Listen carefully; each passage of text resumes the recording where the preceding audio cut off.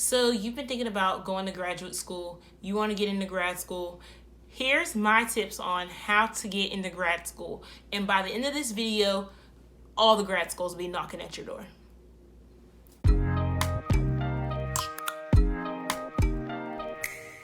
Hey, what's up? I'm Erica Richey, and welcome to iAMERICA, where you travel through my quarter life crisis. Make sure you give this video a big thumbs up. Make sure you subscribe and turn on your post notifications so that you get notified when I post again.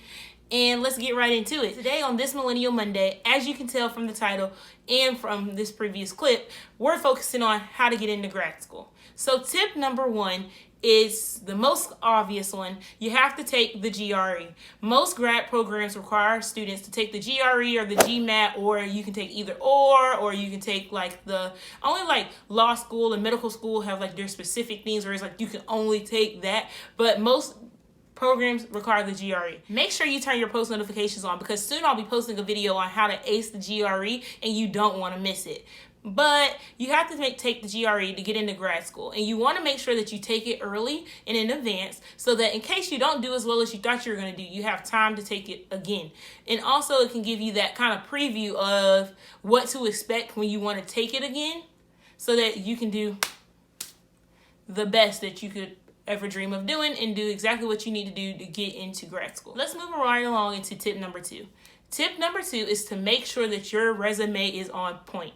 So unlike undergrad, you know how they tell you to get into undergrad, you have to be involved in school and but it's a hit or miss, and some people look for that, some don't, or whatever. But in grad school, they definitely look at your resume. So you want to make sure that you have a strong and clean resume.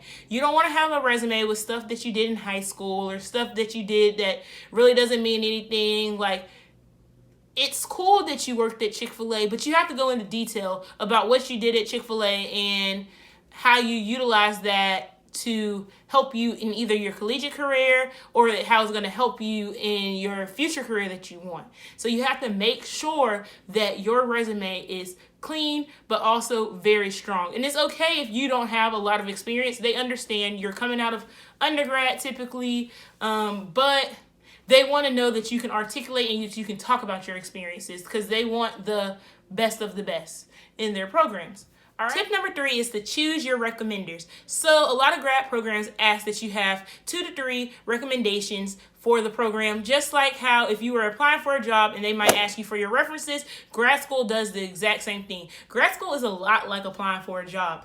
And so you want to make sure that you choose people that know you the best, that know you personally, that know your work ethic, know your personality and things like that, and they can speak highly of your character. You want someone that's going to speak very well and very strongly about you.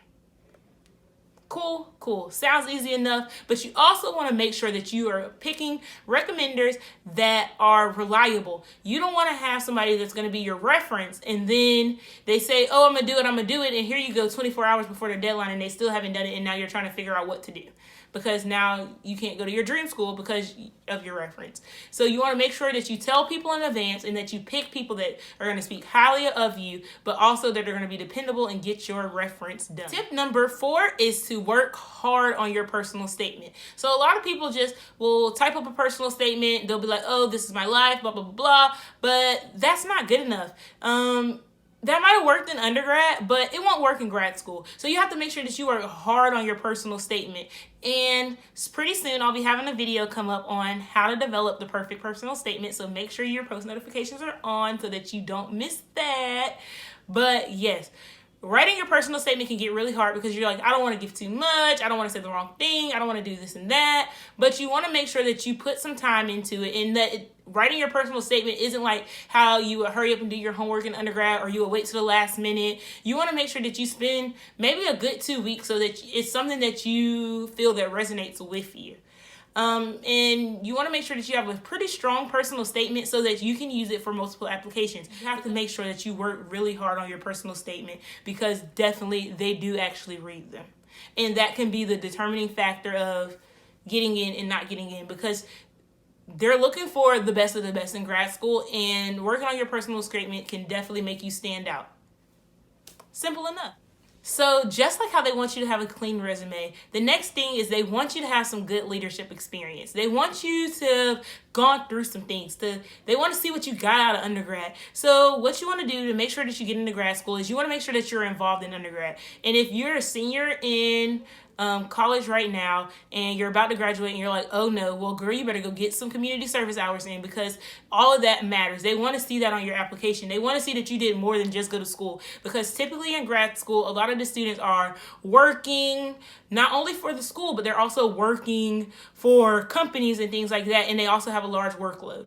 And they want you to be able to go and like showcase off the school and the program. So you want to make sure that you have some experience and that you can say what all you have done. So volunteer hours, making sure that you're active in extracurriculars and things like that. It's all important, and it's even better if you have some leadership experience. Like if you were like president of the book club, or I don't know, whatever club they have on your campus. But make sure you have some experience in, because that'll help your application so much. And also holding an on-campus job will also look very great on your application, because it shows that you are able to have a work-life balance. And that's what they're honestly looking for who they pick for the program.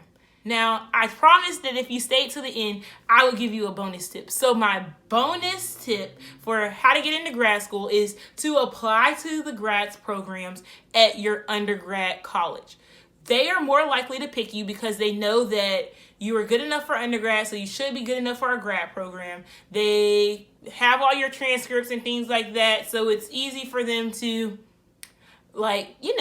get all their information. But it's also better because you're able to make certain connections. So if you're a marketing major in undergrad, but you're thinking about getting your master's in hospitality, you know that maybe I should go start showing up at hospitality program events and things like that. And you should meet the professors. If you can get in cool with the professors before you're a student and asking questions and things, when it comes time to look at applications, they might be able to help you out and be like, well, although her test scores weren't the highest, she was really good. She asked really great questions. She was very intrigued at this event, or she always came to my office and asked questions about this, even though she wasn't one of my students, or things like that. And also, if you're asking questions about the programming thing, it sparks their interest and lets them know that you are truly interested about the program and that you'll do what you can to make sure that you're in that program. Also, a plus to going to a school that you're already enrolled in is that because you know these people, it's easier for you to find a grad assistantship. And grad assistantships are key when you're going to grad school, because that's what helps you get grad school for free. So make sure you check out that. But that's all I got for you. So now you know my top tips to get into grad school. You should have no problems if you follow these tips exactly getting into your dream grad program. But thank you for watching iAMERICA. This is Erica Richey saying bye.